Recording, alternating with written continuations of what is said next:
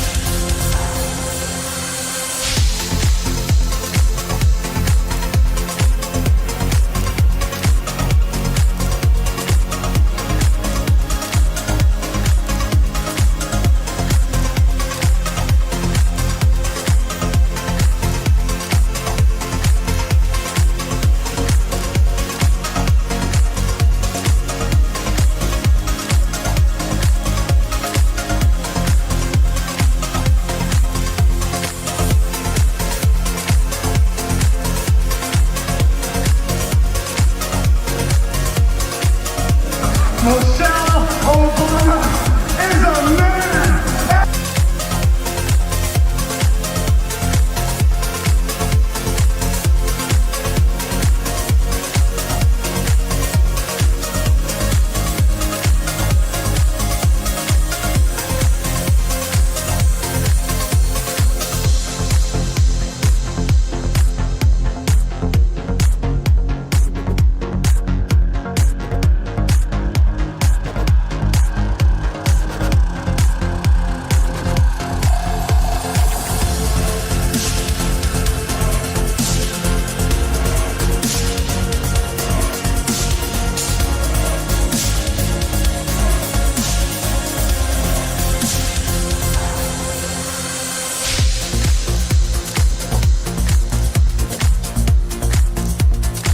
I'm a man! I'm 40!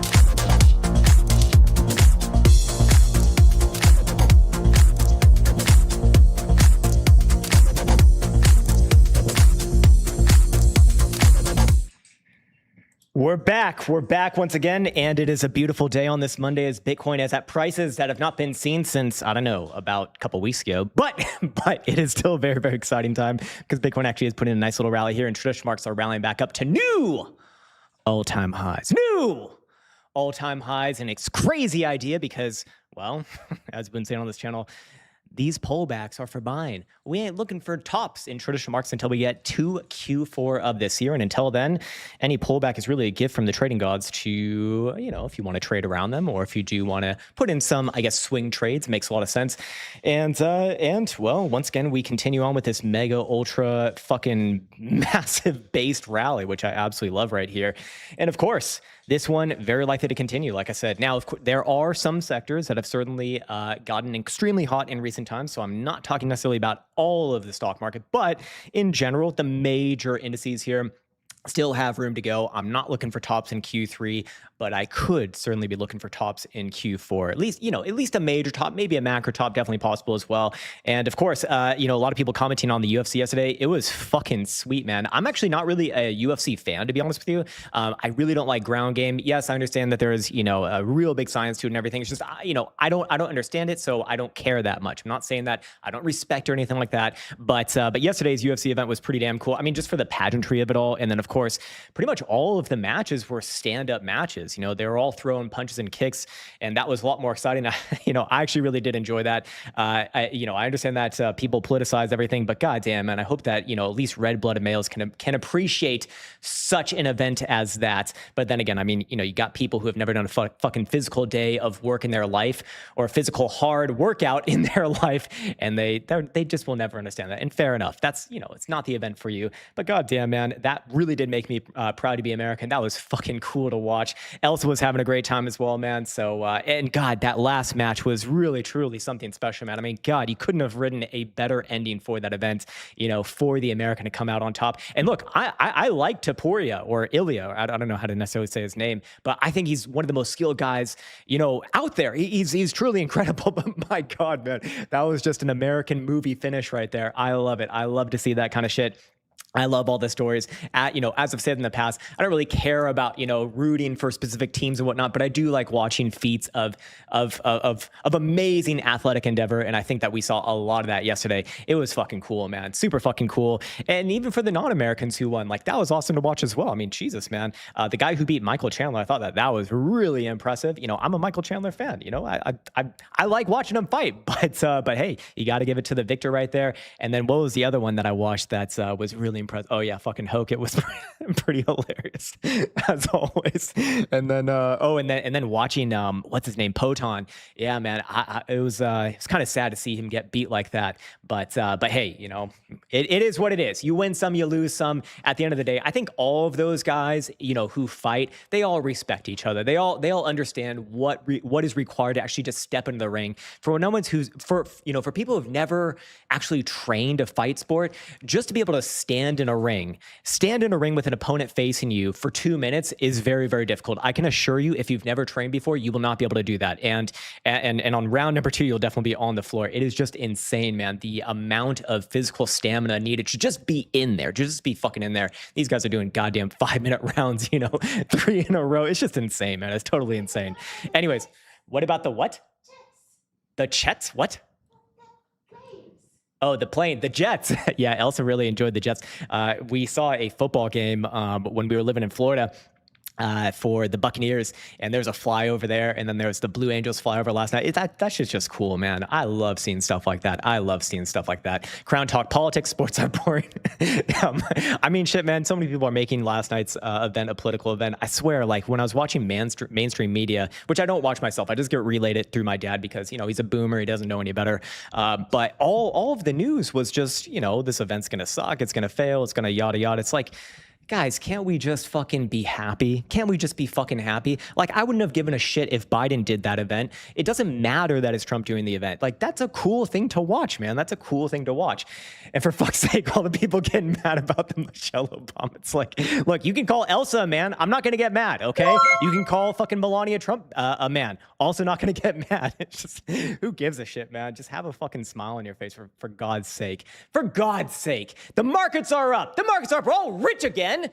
Yet, some people very mad. I can't help you there. Envy and resentment will kill you. They are among the worst rings of hell to be existing in, and I truly believe that. Anyways, as we will go a little bit deeper into SPY later, but this is just it's just as simple as this, man. Another higher low, continuing to new highs, and I'm still looking at that 77.30 target as the next major target. However, do I think it's going to be anything more than just a shallow pullback and then continuation? No, I don't. I do think it's going to be generally higher into like August, September, probably October as well. If I had to put on the crystal ball hat, I would say October, probably middle October. That's maybe when we do see a major high in this market, but wouldn't be surprised to see this thing get with an 8 handle around that time. And when I say an 8 handle, I mean like 8,000 plus. A little bit above 8,000 starting to make a lot of sense. But that 7,700 target now is almost like a foregone conclusion here. So really, really excited to see this sort of stuff. Of course, NASDAQ heading up to our next major target, which is just under 31,000 bucks. It is now trading 3882.5. And yep, it's hard. I mean, again, when I was talking about this way back on over here in April, more than what was that, like 2 months ago now? Yeah, about 2 months ago now. That sounded like fucking crazy talk to a lot of people, but at the end of the day, man, just follow the yellow brick trend. I'm telling you, these are the most important lessons I've learned in the markets over 15 years of trading and investing, and I can assure you it is the most important thing to follow. It is the thing that will reward you with the most riches over time, and for God's sake, man, if this isn't an obvious uptrend, I don't know what to tell you. But as we get into that Q4 sort of stance, I'm now looking at targets, maybe like 33,000 is starting to look pretty damn good. There's going to be stops along the way, probably a nice little stop on NASDAQ futures around 31,750 or 31,62, somewhere around there starts to make a lot of sense.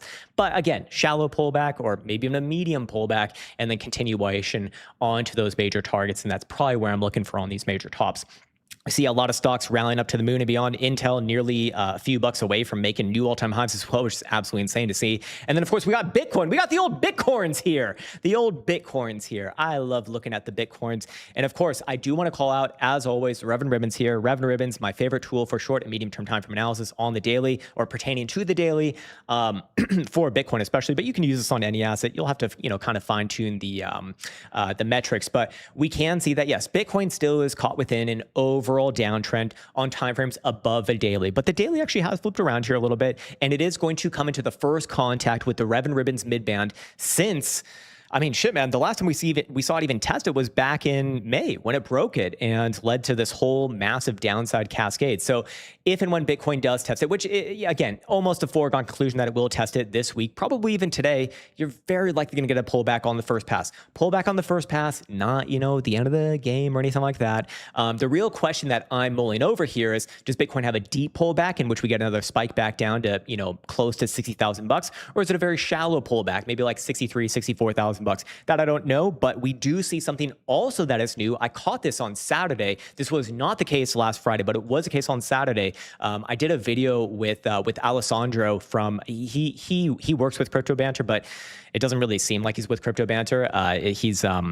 He's got his own channel, actually. It's Risk Takers. But we identified on Saturday, we were starting to get negative funding rates here. It was very, very shallow, to be fair. But hey, it was negative for the first time in about a month and a half. And now we're getting decently negative rates. So this is what we have been looking for. There is a real potential for a macro low being put in at the $60,000 territory, as we've been speaking about for many months now. And again, I'm not saying this to toot my own horn or anything like this. It is still very much unconfirmed. I am absolutely okay with being wrong on this. But if you've been following this story, you can see how one thing leads to the next, leads to the next, and these things naturally on the higher term timeframes require a lot of patience. It's just the way that these things go. I don't know what else to tell you. It's just, if you're going to trade the higher term timeframes, you got to have a lot of patience. That is just what it is. Hey, what the fuck? Many people are saying, I don't know myself, probably not a man, but many people are saying. But yeah, we do have negative rates right here. So I would be cognizant of this.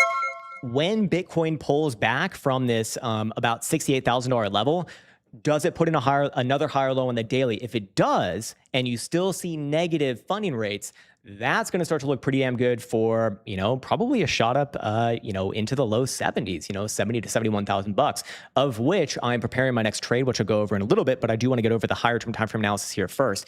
Of course, also another couple signals that we were looking at are on the 5-day and the weekly. The 5-day is actually officially populated regular bullish evidence here on character RSI after hitting extreme volatility on the 5-day BBWP. I think we're seeing the same thing on the weekly as well. And when we've seen extreme volatility like this on the first tick down, which we had on the last closure last week, you're almost always going to get a counter trend rally. And that's kind of where we're at right now. Now, I do want to call out a couple of things. I don't want to get too carried away here with upside. Like I said, I do think that this rally is going to get pushed back extremely soon. You're seeing the 5-day 5 EMA come into contact with price action pretty much almost exactly there. It's technically at 67,500. If we look at the weekly, it's slightly higher at about 68,900 or 68,500, somewhere in that pocket there. You got that same regular drive of bullish evidence over here on character RSI, by the way. And so, whether it gets up to 67.5, whether it gets to 68.5, somewhere in that $1,000 pocket there, I'm looking for a pushback on this rally. I don't think that we're going to see like a massive green dildo, back above fucking 80,000 bucks exactly from here. I'd love to see that. Like I said, I bought a lot of Bitcoin in the mid to low 60s, but I don't think that that's reasonable or likely to happen. I think that we're still going to spend some time on the lows. And personally, I would love to see one more test towards 63,000 bucks. And I really would like to, and if Bitcoin is going to put in a low there, I'd like to see a very clean and obvious bounce from a higher low on these higher term timeframes. So that's sort of the next, puzzle piece that I'm looking for to lean into that macro low call. At least for right now, we have a major low and we have had a pretty nice move. But like I said, I'm not of the opinion that this is just going to fucking V bottom exactly from here. That's very, very, very, very unlikely. The perma bears have now once again turned into perma bulls, doing my early morning YouTube title perusing. And, it's just fucking poetic, right? It's probably going to top out on the short term relatively soon. And that's okay. That's okay. Over here on the Trollinger bands, we can see that Bitcoin has wicked off perfectly on that bottom Trollinger band as well. That is actually about where Bitcoin bottomed in 2022. And just basically when we've seen the Trollinger bands converge on each other, that is generally marked off when Bitcoin is putting in, macro lows. We saw it over here in 2015. We saw it over here in 2019. We saw it again in 2022. And perhaps we're seeing it again right here in 2026 as Bitcoin does head into the back half of this month, only 15 days left until the end of June. And if it closes anything like this, this is going to start to really look like Bitcoin is putting in a macro low here. We'll look at the quarterly as well. The quarterly would basically just be a bounce off the 20 simple moving average, which is, again, par for the course, historically speaking. Bitcoin is like to put in the macro lows around there. Yes, in the previous cycle, it did go lower, not by much, again, and you might call that a black swan. But, again, in terms of long-term value, I'll say the same thing over and over again. I think if you're a long-term investor, the value at low 60s is going to look really, really, really, really, really good in about 40 years or maybe probably less. And more importantly, if you just don't do that on leverage like a fucking herpity-derp moron, because I don't think that you should ever do leverage for long-term investments. For short-term trades, completely different, but for long-term investments, no, you can't do that. You have a, you create a major possible pain point for yourself. That's probably going to look pretty damn good. So that is why I did buy around there. And of course, when we go over here, I want to point out the monthly stochastic oscillator is in the exact same area where we've seen previous macro lows, the exact same fucking area. It's crazy how consistent this has been.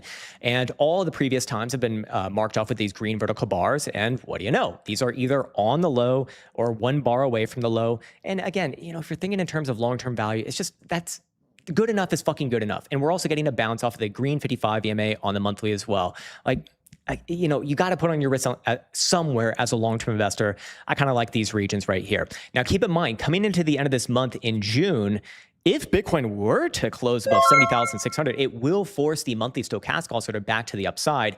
I don't think that that's likely for June, but keep in mind, when July opens, that pivot will go down significantly. It'll probably come down to like mid 60s if I had to guess. So it'll become extremely easy for Bitcoin, or theoretically easy for Bitcoin, to force that upwards momentum cross. And at that point, when we actually see the momentum cross to the upside, Bitcoin is kind of turning the corner and getting ready for, the push out of that macro bottom. So again, these things are starting to look better and better to me. Weekly time frame is still going to show downside momentum right here. But again, we have this situation where you're seeing downside momentum on a weekly time frame, and the wheels are spinning, but we ain't getting anywhere. In fact, we're not even getting anywhere. You're going backwards. You're going fucking backwards. So to me, this is a good sign overall for the BULAs. But I want to see this. I really want to see the weekly stochastic oscillator reset back down, somewhere between 20 and 30. That's at the point where I do think you might get that next flip to the upside. And that's probably going to be the one to really pay attention to if you're trying to time this move on a potential reversal to the upside.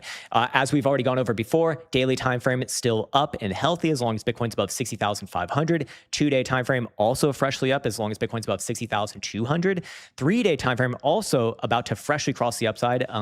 Actually, it did on the last closure, and it will exit the critical bear zone if Bitcoin finishes above 60,700. The 5-day time frame is coming down there in a way that I think the weekly is going to as well. And by the way, there is a trendline regression governing the last couple lows, that being the low from December of last year, and then the more recent low off of the February dump as well. So you can imagine that on the next period, maybe it probably takes 2 periods from now, so about 10 days. About 10 days, because this one is more or less fresh from now. So once we get to last week of June, it should come into true contact with that regression. If we see it pop up, again, that's just going to be another good sign. So all of these things are coalescing with each other. And remember, the weekly is the odd man out. The 2-week time frame is still up here, and it's coming in from a very, very low level as well. And then the monthly has a potential to turn, probably not this month. I guess possible, but it's not really what I'm looking for. But July certainly will have an opportunity for that. I need to take a sip of this water because damn, my fucking throat is already fucked up. So un momento. It's the Trollinger Band, sir. Haven't you read? Anyways, let's see. And then also over here on the HPDR, actually, I want to go to the monthly for this one. And again, the monthly on Caretakers HPDR, perfectly waking off at the 61.8 level to the downside. Things are really kind of starting to shape up here. I don't think things are actually that bad, to be quite frank with you. But of course, there, as always, needs to exist an invalidation in which, personally, I would turn bearish. For Bitcoin, that would be, bearish, like looking for new lows, right? For Bitcoin, let me go back on over here. Let's actually go to CME for this one. And for Bitcoin, it's actually pretty simple. Anywhere below last week's low, which is 60,800, yeah, okay, we're very likely looking at a slide into the deeper 50s. But again, that seems like a very, very common target for especially a lot of the major creators out there. So for me, it's like, do I think that's really going to get hit? Well, not right now. If anything, I think Bitcoin's going to rally a little bit more up here and then probably pull back and hopefully put in a higher low. If I see something like that, I'm looking at this as in the process of maturing a bottom. Keep in mind, Bitcoin's basically been on the lows here now for 1, 2, 3, 4, working on month number 5. And historically speaking, when Bitcoin spends, that much time around any major area, starting to put in either a major top or a major bottom. In this case, 2022, a major bottom. Over here, 2019 took 1, 2, 3, 4, 5, reversed on bar number 6. In 2015, took 1, 2, 3, 4, 5, 6, 7, 8, reversed on bar number 9. And then, of course, one before that even took 1, 2, 3. I mean, this one took about 5 as well to get the reversal and confirm it. And perhaps we're playing out kind of a similar thing over here as well. So, that's what I'm looking at right now. Again, if you've been following this, this picture, I want to remind everyone, while things have been going incredibly well over the last, basically this whole year, I am as always, I am as always a human being, and I will absolutely be wrong at some point. I'm just waiting for that right now because 6 months is a little bit too long. Like, again, generally my hit rate probably somewhere around between about 60 to 7%. So that means about 30 to 40% of the year, I'm going to be completely fucking wrong. Maybe that's going to be the end of the year. All of the end of the year, I'll just be completely wrong. It'll be very embarrassing. But hey, it is what it is, man. It's all game of statistics and probabilities, and that's all that I'm really trying to do here. So I understand for the uninitiated, they're going to look at that as very, very bad. But hey, for me, I look at that from a trader and investor's lens, and I'm completely comfortable and completely happy with that. Anyways, that pretty much does it for me on Bitcoin. I can get over here to the super chats right now. Nexus Signals says, on monthly, is it possible to push below the 40? You mean the RSI? Let me just pick it up right now. Is it possible to push below? I mean, it's always possible, right? Anything's possible. I'm trying to understand what point you're getting towards, though. Looking on past not much lows in RSI past 44. You can say that, but I don't like looking at it from that lens, just because if you actually do look at all previous monthly lows on the RSI, they actually have been trending downwards, to be fair. The only one that didn't, I think, was perhaps the 2015 to 2019 cycle of here. But even then, it got very, very, very, very, very close. So is it impossible for it to go below 40? Of course not, man. At some point, we absolutely expect something like that to happen. So I really don't like saying anything, is 100% sure, 100% not sure. But yeah, if we're actually going off of history, I'd kind of say it's likely over time, right? Because these have been trending lower, generally speaking, for the past 15, 16 years. So I wouldn't necessarily look at it like that personally, but I do see what you're saying. And again, I'm just thinking in terms of long-term value. I'm not trying to be perfect on getting these lows. I don't think that you need to be perfect in order to make a shit ton of money in long-term investing. You just need to get good value areas and not offer your little boy butthole up on the massive chopping block of a red dildo party by employing leverage for those long-term positions. Again, shorter-term traders, completely different story. Anyway, speaking of shorter-term trading, there is an options trade that I'm actually eyeing relatively soon here. I want to see Bitcoin rally up a little bit more, perhaps closer to 68,000 bucks. But at that point, I actually really would like the 70 versus 72 call spread. I'll be a seller of that, to be fair. Let me actually bring it up over here. Let's see what those premiums are looking like right now. This would likely be a June 6th position, I'm guessing. That's about 3 weeks out right now. And let's see what those premiums look like. 70,000. Yeah, that's actually pretty good premium. I would still wait a little bit more. I think that you could probably get these for like 1,500 would look good to me. But selling those, I'll probably do that like 20 times, and I'll buy 10 of the 72. Hey, you fucking bastard. Actually, I won't do it right now because I don't want to get these prices, and I wouldn't do it at these prices, to be fair. But just tentatively speaking, that's kind of what I'm looking at. If I see Bitcoin rally up to about 68,000 bucks and then reject, I will take that position.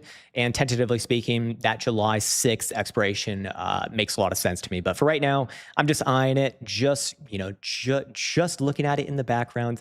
But that is something that I'm interested in, and that should be a fun position to manage going forwards. Anyways, I'll read off the super chats now. Let me just scroll back on up over here, and I'll take a sip of water at the same time. I see Mr. Sean Nevins. Good morning to you, man.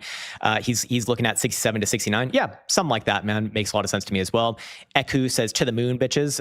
It is actually a moon day, and it technically is a bare moon, to be fair. MG76 says targets above.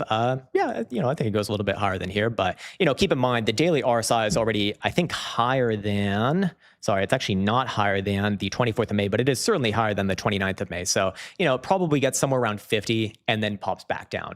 Generally, by the way, if you just want like a quick and easy rule, when you see the RSI either go super high, like, 80, 75, 80, 90, or super low, like you see right here, in this case, like egregiously low, towards below 20. But even if it gets like, 30 or 25, that first move back up to the 50 read, the neutral zone, it almost always get pushed back. Almost always. Might be slightly higher at like 52, might be slightly lower at 48, whatever. But almost always you'll see it get pushed back around those areas. Anyways, one moment.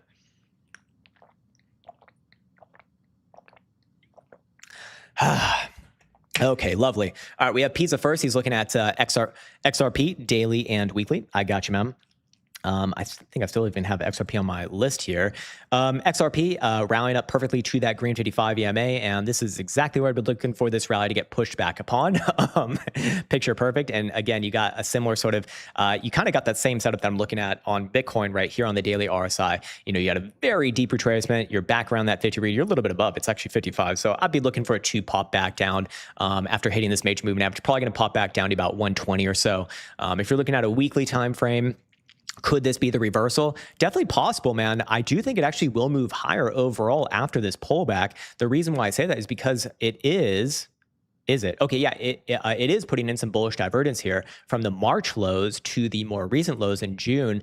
And generally, I like to target the yellow 21 EMA, which is about 145 to 150. But first things first, pull back. Hopefully it puts in a higher low. Basically just doesn't go lower than Saturday's low at 112. And then, if it pushes through, I'd be looking at like 145? Yeah, about 145 or 140, somewhere in that pocket there would make a lot of sense. Still don't think it's a big winner long term. I think it's, in terms of investments, not great. It just doesn't perform well. I mean, shit, it's basically at the same price it was back from 2018. So to me, that's just, terrible, terrible, terrible. But do I think, at least it's not like a down only fucking shitcoin chart. So at least you got that. Anyways, right now acting as a nice big old bounce with big old titties above that yellow 21 EMA. So yeah, that very well might be it. It depends obviously how this quarter closes, but we only got 15 days left to figure that one out. And even then, what does a 6 month look like? I'm curious here too. 6 months still kind of problematic. I could easily see this one fail. If it does, you're probably looking at like 85 to 90 cents. So that, as always, there does exist targets lower, but yeah, for right now, to give it a chance to bounce after this short-term pullback. Anyways, Sing Capital says, good morning, bro. What's up, man? Can you take a look at Hype? Interested in your thoughts? Sure, I can look at it right here. This one, I believe last week we were looking at it as putting in a higher low and likely to move back up. Let's see if that held or let's see if that failed. And yeah, hey, put in that higher low right there, marching back up. I do look for this one to retest around 71, 72, something like this. And hey, if anything has, potential to make new highs from here, it's got to be this thing because, well, shit, this thing is, one of the better actors out of the whole damn crypto market right now, up 7.36% already today. And it's just, again, beautiful trend right here. I don't really have a reason to be bearish on this thing is now, as long as you're above about 53 bucks now.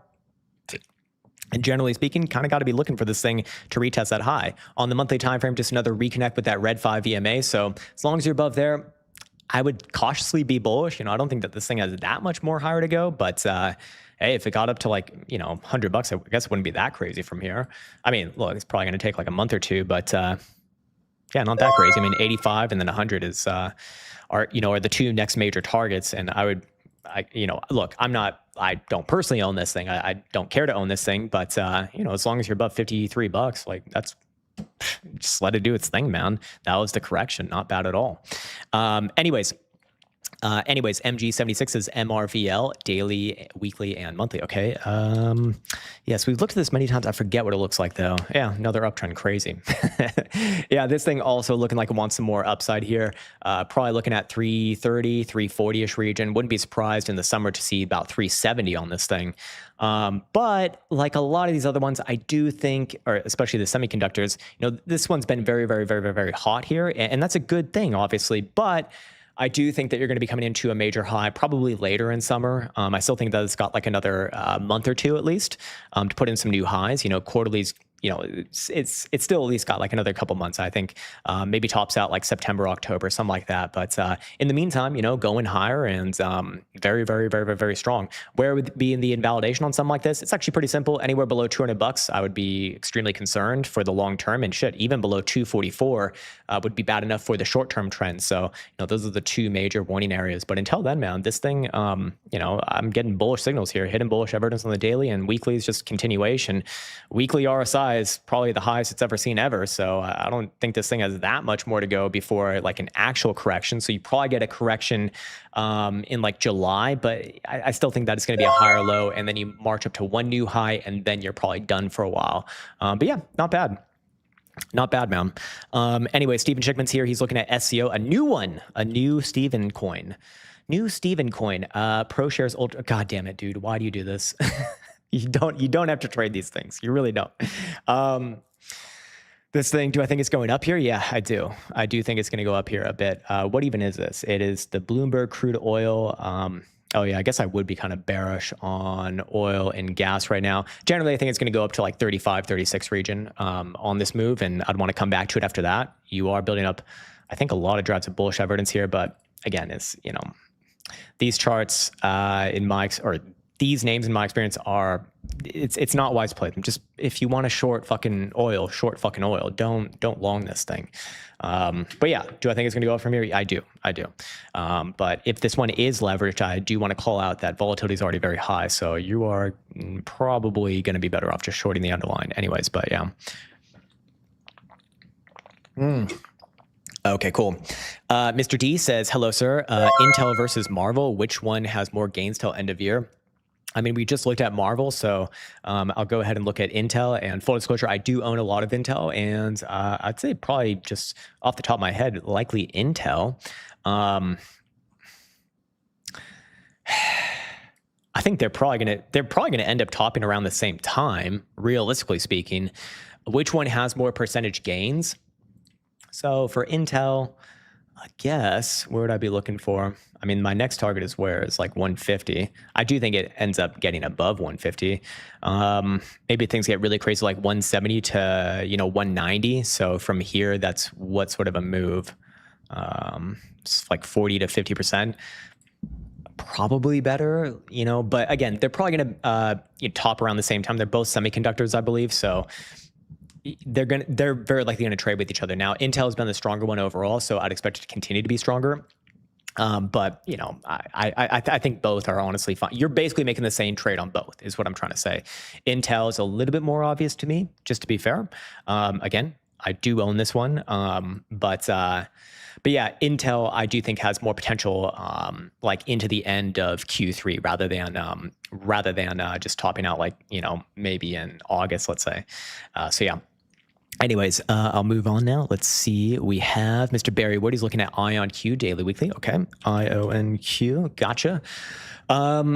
This one, yeah, nice move here as well, and back around those highs. And you know what? That's starting to look a lot like that next higher low on last week's low at 53.25. So I'd be saying, look, as long as you're above last week's low, I would treat this move as the move that's ready to test previous all-time highs at like 80 to $85, somewhere around there. You got hidden bullish evidence on the next low that we just saw from last Friday. So I think the short-term move is back to the back to this June top, and probably does continue on again monthly over here.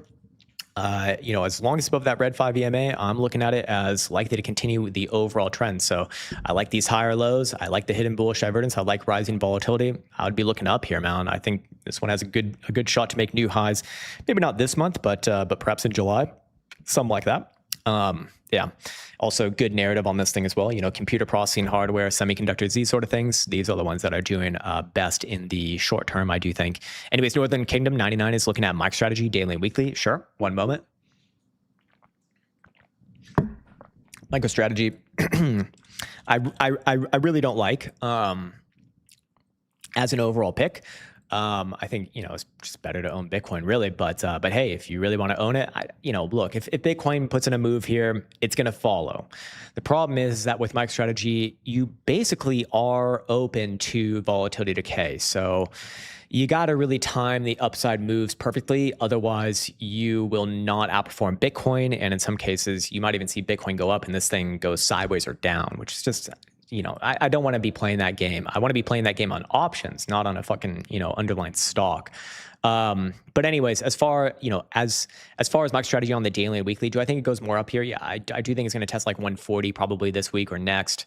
Probably gets pushed back on the first pass and you retest somewhere around like 125, and then I want to come back to it after that. Monthly time frame. If Bitcoin puts in a low here, this thing will as well. This one, you could actually turn bullish a little bit easier than Bitcoin if this thing were to pop back above about, let's say, 160 and close above there on a monthly, for example. I don't think that's happening this month, by the way, but perhaps in July if things are really good. I do think that is a possibility. Shit, even if it just trades back above this month's high, it's probably actually looking pretty damn hot there for July, putting in a major low. But yeah, short term continuation a little bit more, gets pushed back. Let's see what happens around 125 to 130 till then, or sorry, 125 to like 128, I think. And then, reassess somewhere around there. Anyways, moving on. We have Arms Private. What's up, man? It's been a while. Do you think Bitcoin will pull back 3,000-4,000? You mean like 3,000-4,000 bucks, or to 3,000 or 4,000 like overall dollars before going to 70 in the short term? Yeah. I don't think Bitcoin's going to just bust through here like the fucking Kool-Aid, man. I think it's already kind of in the process of pulling back. On this move, I'm kind of looking between about 67.5 to 68.5. And then a pullback in, I don't know, $3,000 to $4,000. That's kind of asking for a lot, in my opinion, at least at current. But, well, I guess 67 to 64, that's very possible. Yeah. It's possible. I don't think 70,000 is happening in the short term personally. I'm generally looking for Bitcoin to kind of top out relatively soon. Whether it tops out on this move at, where it's already gotten to, whether it gets to like 68.5, I don't know, but that's kind of the zone. I'd be looking for a pullback from there. Ideally, I'd see a pullback all the way down to 63, but I'd feel a lot more confident just saying about 64.5 to 65 is where I'd be looking towards. So is that within your sort of $3,000 to $4,000? I guess it's a little bit less than that. So I'm guessing maybe you're like in an underwater short or something like that, which is why you're watching, but fair enough. I would say that's like the obvious move.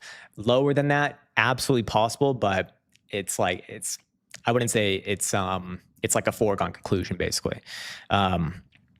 Yeah. Irrelevant viewers, great name. Had a few MMA matches and things like marathons, have nothing on how tiring 3 by 5 minute rounds can be. Yeah, 100%, man. I remember before I started boxing, I was doing a lot of running cardio as well. Not doing marathons like you, which is obviously a lot harder, but I was still doing hard cardio, long cardio, these sort of things. I couldn't last 2 minutes, even in like a sparring match, for like the first almost month, maybe. It took a while to get my cardio up. And even from there, it really took about a year and a half to 2 years to get consistent endurance to like really be pretty good through 4 rounds of 2 minutes, which is still like so fucking far away from 5-minute rounds. Is so crazy to me. Like, what the fuck? And they're pretty active during those 5-minute rounds too. So it's totally superhuman sort of shit, man. I just cringe at the people who make fun of these people. They just have they don't understand how pathetic they are. They really don't. I remember this one guy back when I was in college. We were watching MMA one day, and this was like just a couch potato dude, like never fucking done a physical work of day in his life, just like every fucking stereotype of someone who is physically inept.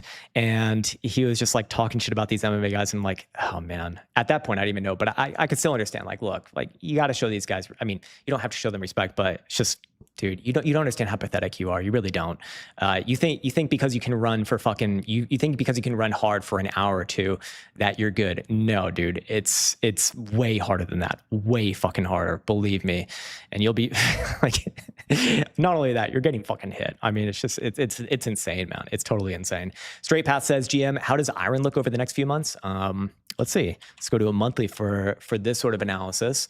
I like it on the 12 hour or daily. Yeah, I like it on the monthly as well. I like this higher low right here. This is a very mature consolidation from October of last year. So I'm looking for this thing to probably bust through.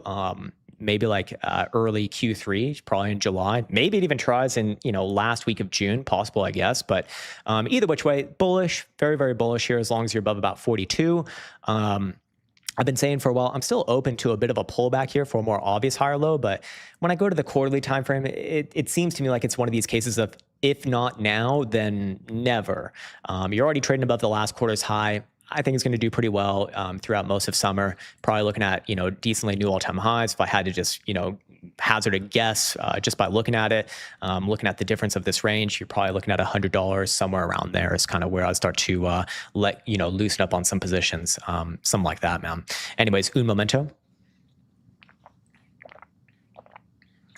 Sean Nevis says, but Krown, they all said we're going to 50 to 40,000. It is possible, of course, but yeah, man. Yeah, fair enough. Look, I'm happy when I see other people with different ideas than me. I don't want to be on the same side of a lot of these people. I mean, a lot of them just. Anyway, probably shouldn't get on that topic. Who gives a fuck what other people think, really? At the end of the day, it doesn't matter what I think about markets. It doesn't matter what they think about markets. Price going to do what price going to do.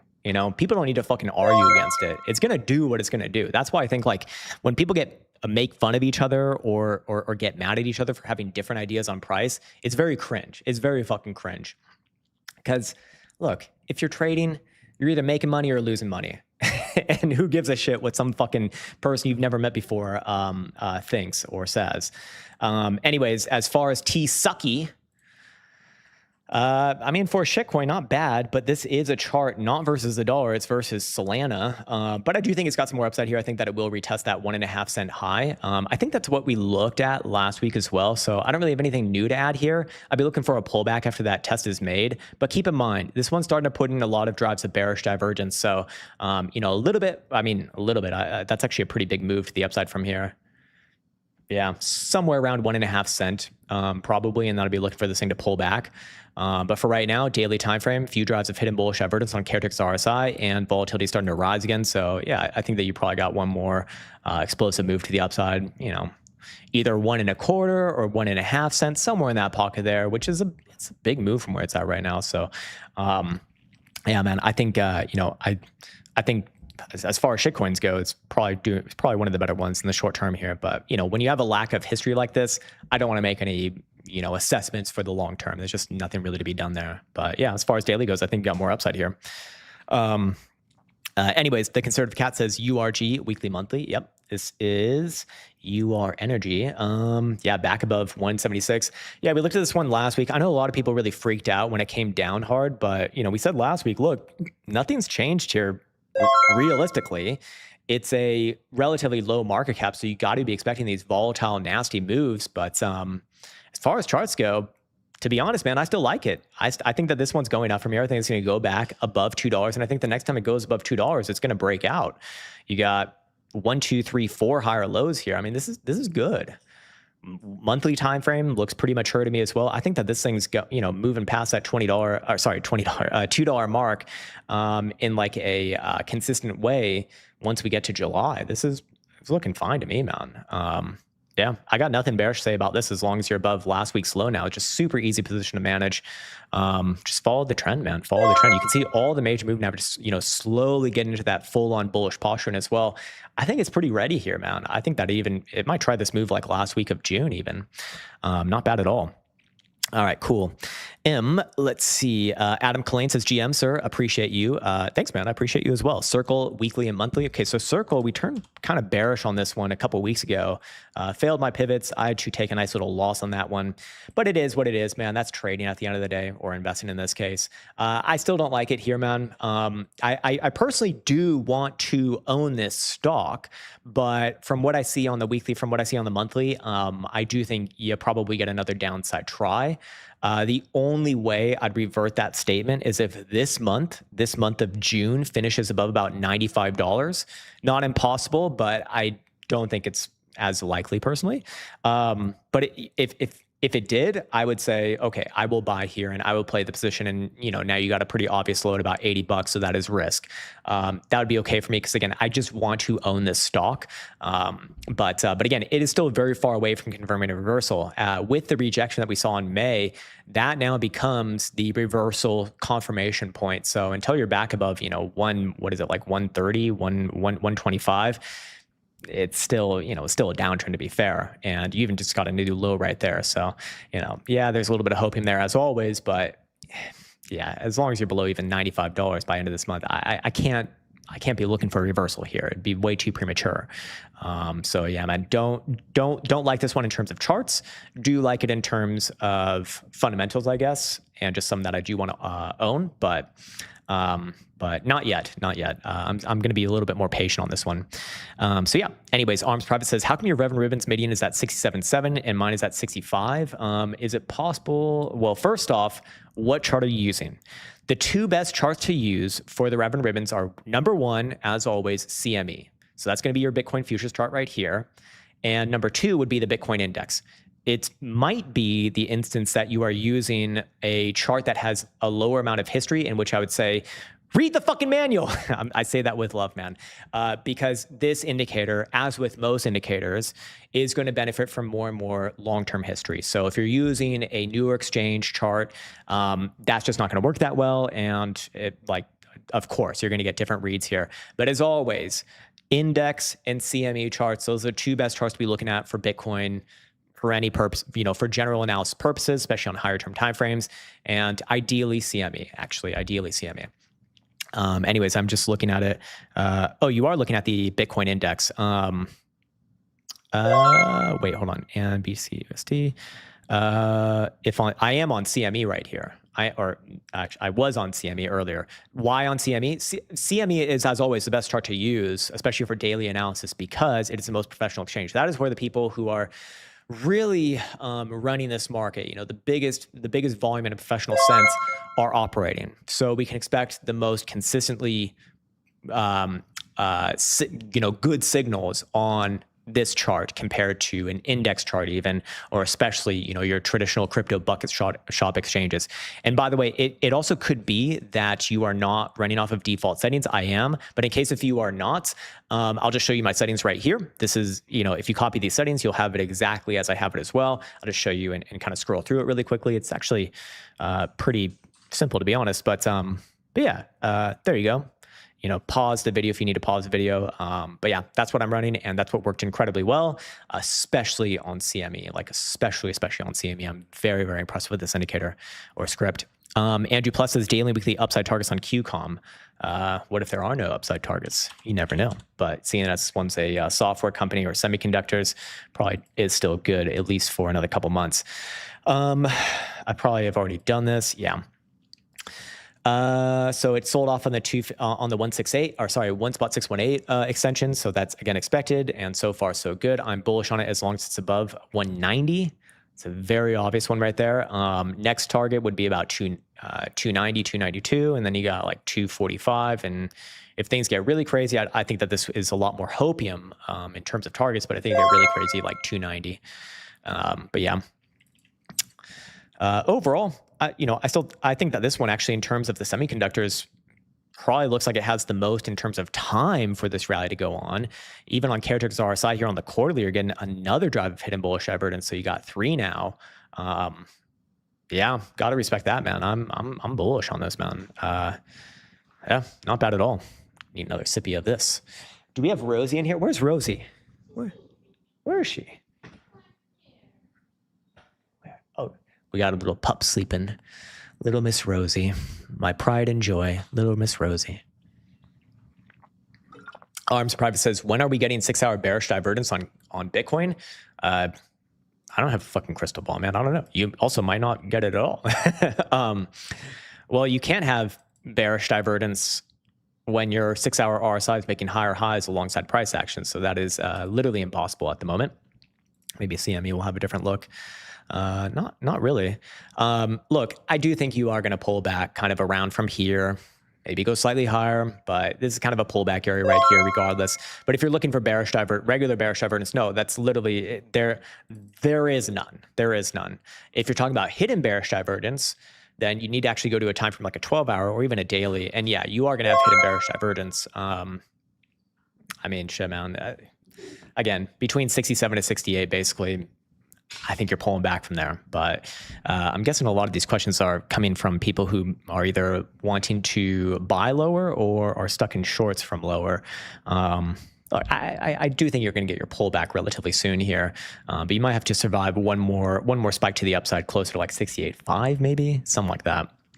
All right. Chris Vela says INFQ daily, please. Okay. Yep. This is one. Someone called this one out a couple weeks ago. I actually still think it's probably okay here as well. Again, a volatile high flyer name, but still holding the yellow 21 EMA. And again, last week's low now comes to a very obvious inflection point. You got 1, 2, 3 same highs right here. You got one high, you got one higher low, maybe a second higher low as well. And as long as you're above that 13, 15 number, you can treat it as such, maybe front running a real reversal and breakout. So I think that's actually probably valid here, to be fair. The short term, I think you pop back up towards $17, honestly, man. Super easy position to manage. I'm not saying it's going to absolutely work out, but the risk is very, very, very well defined. And that's, in my opinion, what makes a good trade or a good investment, man.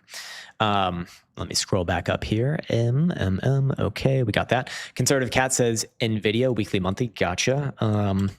NVIDIA, probably still okay if I had to guess, just not the biggest winner. And yeah, hidden bullish divergence, another higher low on character RSI, Raven ribbons, and what else? Price action pivots. You know, these three indicators are just things that I rely on very heavily at them, you know, generally speaking.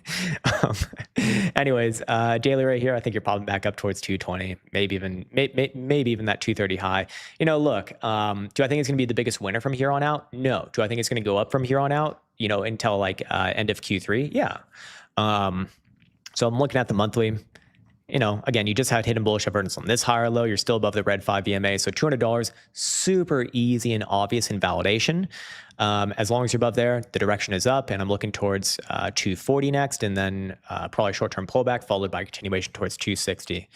Kind of probably where I think this one gets to in summer. Batman86 says, hello, Krown. I sold my house and all into the markets due to your amazing performance. Hope I'm not wrong, man. JK, thank God, I can have a sigh of relief. Still interested in Circle, daily, weekly. We just went over that one, so I think we're all good there. Yeah, man. You know, again, personally, I want to own it, but I do have to stick to my guns on this thing, and it's not investable right now for me. Do I think it has a short-term upside move towards that gap fill, though? Where is your gap? I'm guessing you're talking about this one here at 90. You kind of already tried that move this morning. Look, you probably do this week, but between 90 and about 93, 94, I'd be looking for this thing to potentially get pushed back on. But like I said, if the monthly finishes above 95, I actually will try another position on this thing with my risk, you know, down around about 80-ish, 82 maybe, 83, somewhere around there. But yeah, do I think you're going to try a little bit of a rally from here? Yeah. But I'm assuming that's the gap you're referring to, because I don't see any other gaps here, or at least... yeah, not one that I'd be targeting personally. So yeah, cool. All right. What's up, Bill Norblatt? I see you over there. In Rules Crypto, will alts move on a narrative? I don't know.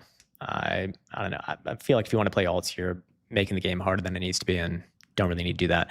DocsBet, but there certainly will be some. And Hoi Hoi. Okay. Adam Klein says XAR targets. Ooh, this is also one. This is a defense ETF that actually I do like myself. I don't own as much as I probably should on this thing, but yeah, this thing's bullish right here. Hidden bullish divergence on this higher low. It's again back above that red 5 EMA. I'm looking for this thing to make new highs, maybe even this month, but very likely July, August. Generally speaking, I do think you're probably going to get a top here late Q3, early Q4. But until then, the trend is your friend. And yeah, I think that you still got some upside here. And, you know, it's just completing about a 6-month long consolidation. So should have a nice upside continuation move from here upon validation above 293. I'll be looking at about 320. And then you got 345 and above there, you know, if it gets there, probably looking at like something crazy, like I guess 370 maybe. But yeah, overall pretty good. I do own a little bit of this one, but actually the overwhelming majority of my defense ETF funds are in symbol ITA, which is actually pound for pound. I don't think it's as good as XAR, so I made a mistake there. XAR pound for pound is the better one, I think. Let's just measure from that last low. April to the highs here, 94%. So that's pretty good, but in context, this one is 115%. So yeah, you know, it is the better long-term investment, to be fair. Asti's asked about URG as well, but I think we just got that one, so we're good there as well. Look, I think it's probably good from there, honestly. And again, just super easy in validation. So if it's wrong, it's wrong. Oh, Rosie's in a little. God, I wish I could show you guys Rosie right now. She is just the cutest little pup. It's actually, it should be illegal. Should be illegal, man. Can't be that cute. Put it away, Rosie. Stop it. Anyways, half decent backgammon says mile a day, every day, no excuse. Hell yeah, man. Fuck yeah. Hard running's good too, man. It is good, but it's not the same as 5 cardio. But it's look, it's gonna be better than fucking 99% of people to begin with. So shit, man. I love that. I love it. We have so many in shape looking guys that come in, and even 30 seconds of bag work has them mouth breathing. Yeah, for sure, man, for sure. People like bag work. Oh my god, man, that was the most humbling thing when I first started to train boxing. It's like, what the fuck? You mean I don't have the stamina to hit this thing for like a minute straight? Oh my God. Now, of course, now I can do it for much longer than that. But God, you know, for the first like half year, it's just, those were painful workouts, man. Like I have so much respect for people who do that as a living. It's unbelievable. It's so fucking hard, man. And most of those guys, they don't even make any real money too. I mean, God, like, oh, you got to really fucking love it. You got to really fucking love it. And believe me, it's fun. Like it's fun, but God, it's hard, man. Very hard. Okay, cool. Shanette says Keel daily weekly. Gotcha, man. Keel. Yeah, not bad here. Popping back up to that $6 high. I do think you might get a short-term pullback back down to like 4.5 or 440, but overall this thing is in a good position to break out. I think over here, I guess I was looking at that like a few months ago. Whatever that idea was, it was certainly wrong. Or maybe it was like, if it breaks down, that's what I'd be looking for. But yeah, obviously gonna be wrong right there. I love these higher lows, 1, 2, 3 higher lows. You're already back around those previous highs. This thing almost undoubtedly will make new highs. I think it's probably gonna be a Q3 thing as well. I don't know, where do you want me to go with this? Oh, you're looking at a daily and a weekly. Well, daily time frame will confirm the breakout above 608. Weekly time frame, same thing. And at that point, I'd be looking for those $9 to $10 highs get tested, and you're probably in for new highs, man. But yeah, if you're just concerned with the daily and weekly, I would also suggest an invalidation around about 480-ish. 480. Cool. Steve Briscoe says UMAC. Yeah, this one hasn't come up as much recently. Interesting. Yeah. Okay. I don't know why. It's actually looking pretty good here. Confirming the breakout, retesting the breakout, all this stuff is very par for the course, very normal. Again, I think that this thing's going to make new highs in summer, probably up, you know, close to 40, 41, 42, you know, somewhere around there. If you're on a weekly time frame, there's a pretty easy invalidation at last week's low below about $22. As long as you're above there, the trend is your friend. You got 4 higher lows. You're already at new highs. Let it do its thing, man. Going to require a little bit of patience here, but it's in motion, and I do think I think you're in for new highs. July and August probably gonna be good.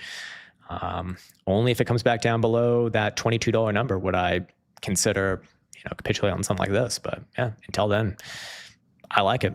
Barry Wood says, "Yo, Krown ASTS when bounce? Sometimes never. You never know. When bounce? Well, shit, man, this thing's. I mean, it's been pretty much straight up here."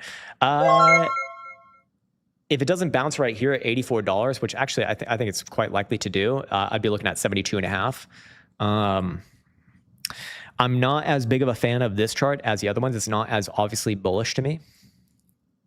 And if anything, I think it's probably putting in a top relatively soon, if not already. I don't think that this is the winning obvious chart, so to speak. You got a lot of bearish divergence drives starting to form on the monthly. So whether it tops this month, whether it tops July, I don't know. But I think that this thing is mostly done. Mostly done. And if it does have one more move to the upside, I think, even getting to like 165, 175 region, going to be tough.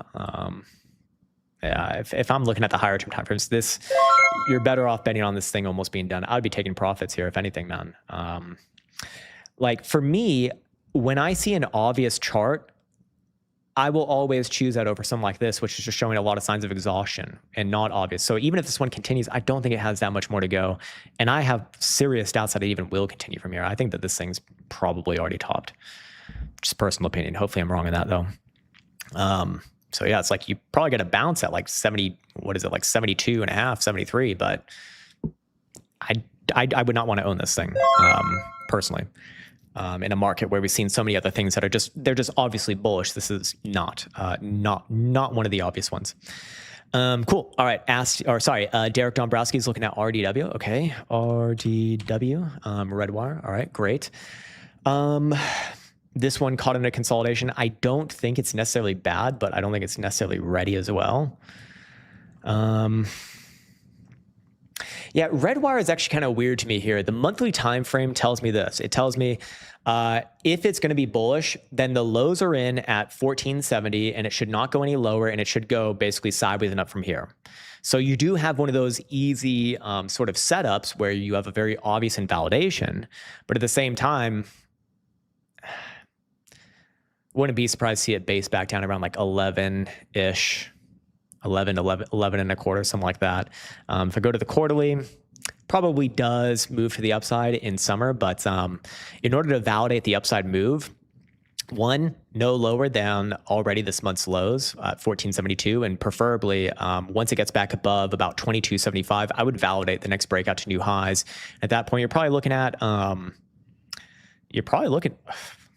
this is actually kind of a crazy move, but I would say $35 to $40. Just taking the rate of change on this one somewhere around there would make a lot of sense. Looking weak, but hasn't broken 14.5. Yeah, as long as it's not breaking 14.5, I don't change the analysis. Rules are rules for a reason. But yeah, 14.5 is important. I absolutely stick by that. Assy says, Wolf Speed, is that the whole name? Oh, well, it is the whole name. Daily. Well, weekly, I'm not a big fan of this, of what it's doing right here. You very well might be putting in a top right here.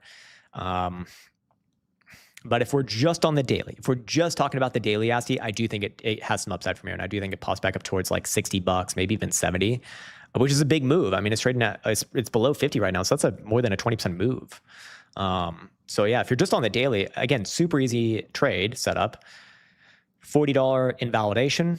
Until then, more likely to go back up towards 60 to 70. So I like it. I like the hidden bullish divergence on Caretaker's RSI, but I'm not convinced that long term it's ready to like continue with its mega macro rally. I don't know what the fuck happened between 2022 and 2025, but whatever it is, it ain't good. Semiconductor as well. Yeah, I don't know. Again, not an obvious one to me. But I do think it has short-term upside, or at least more likely. Nima Dagastar says Ethereum forward. Holy shit, we are actually going to look at a crypto. Daily and weekly, huh? Daily time frame. Hold on, let's go to a weekly first. Yeah, I do think it might extend a little bit more to the upside, but I do think you're similar to like Bitcoin spot. I think that you're coming into a local high on the daily relatively soon, whether it be here where it's already gotten to, or maybe like 1870 or even 1900, something like that. But I do think it gets pushed back from there. Now the weekly, you didn't ask about, but it is putting in some regular bullish divergence here. So short-term pullback likely does lead towards another try to the upside. So if it pulls back to like 1786, I'd give it a chance to rally again. Perhaps it hits like 19 or 1950, maybe even gets a run towards 2000. But short-term, I think that you're close to a local high, pulls back, then it tries another move to the upside, similar to Bitcoin. But easier to watch Bitcoin, as usual. In fact, speaking of Bitcoin on the 4-hour time frame, yeah, it's very, very close. I think it might have one more spike up, and then you play with that pullback. Yeah. Pullback target on current rally tops. Okay, so if when Ethereum tops, where would I be expecting it to pull back to? At least about 1720. If things get really crazy, like in a bad way, probably like 1650, somewhere in that pocket there. Easier to watch Bitcoin, like I said, though. A lot easier to watch Bitcoin, in fact. But yeah. Anyways, Mr. Buterol, aka Shithereum, short term, all good, man. Yeah, it's like you, both of you guys read each other's minds. Yeah, I'm not sure if it's already topped out or if it's gonna go like slightly higher. If it goes slightly higher, again, the 50 read on the daily RSI is where I'd be looking towards. So today, tomorrow, probably put in a short-term top and pulls back. So yeah, like slight continuation, if that, and then I'm looking for a pullback. $100 to $200 lower, at least, and I'd want to come back to it after that. Looking for something that's super obvious here. If the bi-weekly, which closed at the end of this next coming Sunday, if that one finishes above 1900, I would start to call like a much bigger rally on Ethereum. And when I say much bigger rally, I mean like back up to 2400, because you will have naturally some bullish divergence on the bi-weekly RSI here. But I don't think either of you guys are looking at higher term timeframes like that, so maybe it's not so relevant to you. But just saying, like this really does have a chance after maybe a short pullback to launch higher. Past 2000 at least. Chris Vell is looking at Tau. Oh my God, there are a lot of super chats today. Tau, okay, swing high. I remember looking at this one recently too, but I forget what it looks like. Let's go over here. Yeah, yeah, you're on a daily. This is where I would have to be looking at a swing high as well. You're at a weekly 55 EMA. The daily timeframes wicking off of the 377, you're on high volatility. The daily RSI is already above your highs from back here in May. So yeah, I think it's going to put in a swing high right here. Might still try and move towards like 280, but in the short term. But I don't think that you're going to bust through today's high. Basically, I think that 290 high is probably going to be a high for a while. Then again, if I'm wrong on this thing, it is a macro reversal, and I will be disastrously wrong. And you'll know that I'm disastrously wrong if it trades anywhere above the May highs of 333. If it does that, Krown is so fucking wrong that Krown is, I'm going to be so fucking wrong that it's going to have a big move to the upside if that happens. But again, it's not necessarily what I'm looking for. I'm looking forward to push back here. And, if you see this thing back below, let's call it like 240 or 250 by end of month, that's going to be my confirmation that it is indeed very bearish. But until then, it's got a little bit of a chance there, I guess. But, I'd be betting on a lower high just based off of the history of this thing, personally. Okay. Arms Private says I'm on Bitcoin index, but on index it has already closed above the median.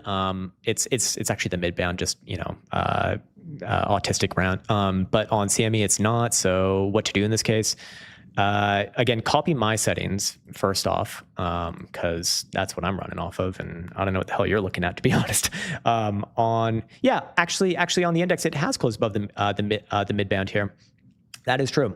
But again, CME is the one that's actually been acting incredibly powerfully well. Like it's been right on pretty much all the moves going back to, this thing's actually been right as far as I can see for the past year. So I trust that chart a lot more than the index. But anyways, also, the medians are different. Yes, of course, they're different calculations. Remember, CME is not trading over the weekend, so you are not getting that data. And I would argue that the weekend data is irrelevant, anyways. It's very clear that it's irrelevant because this chart trades more technically. It just works better. So when I see something that works better, that to me says, okay, follow that chart, not the other one. But yeah. But you are correct. We probably do have the same settings. My mid-band was reclaimed on the index as well. But again, the chart that we've been following on this channel for the past month consistently, and generally just the one that I prefer, is going to be the CME chart over the index. Anyways, Royal British Musketeer says, good afternoon, Mr. Krown. Good afternoon, Mr. Royal British Musketeer. Long live the British Empire. Poor old Britain, man. They gave up their guns in 1997, and now they're fucking getting arrested for social media posts. Jesus Christ, like that is crazy. If you're an American, even if you disagree politically, go buy a gun. It's in all of our best interests. Go buy a fucking gun, okay? Everyone needs a goddamn gun, all right? I'll show you my gun. I got a gun right here, okay? All right? This is my gun, okay? This is one of my guns. I have like fucking 15 of these things now, okay? Go out and buy one, all right? They're not even that expensive anymore. Look, buy what you can buy and buy multiple if you can buy multiple, all right? If you like even a fucking $500 Smith & Wesson MMP is a decent AR-15. It's not the best one, obviously, but it's fucking fine. Or even a PSA one. You know, look, they're cheap. Yeah, they have some issues here and there, but look, they're gonna be okay for like, you know, at least a few thousand rounds. Go buy a fucking gun. It's good for you. It's good for everyone. It's good for the country. And most importantly, it's good for our fucking freedoms too. Like for real, I'm actually not joking. After studying many different empires and after studying the American history as well, it is integral. It is actually integral. Unless you have like mental disabilities and shit like that, don't fucking buy a gun because, you know, obvious reasons or, you know, these sort of things. Like, don't do that. Cool. All right. Let's see.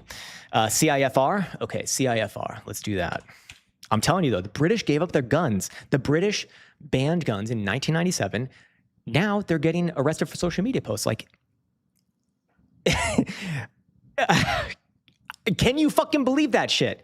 We're talking about England, the number one world power for before America, before World War II began, for the past like, you know, 200 years before that.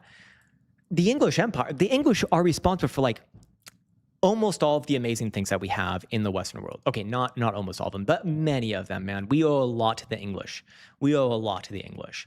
The Magna Carta, very important document. Who was that? That was the English. That was the English. But now, England, well, I don't know, man. I don't know. That seemed unconscionable to me, to be arrested for a social media post. Not for, okay, it's different, in my opinion, if you are inciting violence on a social media post. Yeah, okay, that should be looked into. Maybe get arrested, maybe you don't. I don't know. Probably get arrested. But an opinion just saying, I don't like this or fuck these people, you should be able to say that. Absolutely. You should be able to say that. Sorry if you disagree with me, but I truly believe that. Where's Rosie? Rosie needs a gun too. She's like half out of her bed. CIFR, let's see, weekly. Oh, you want to see some Fibonacci extensions?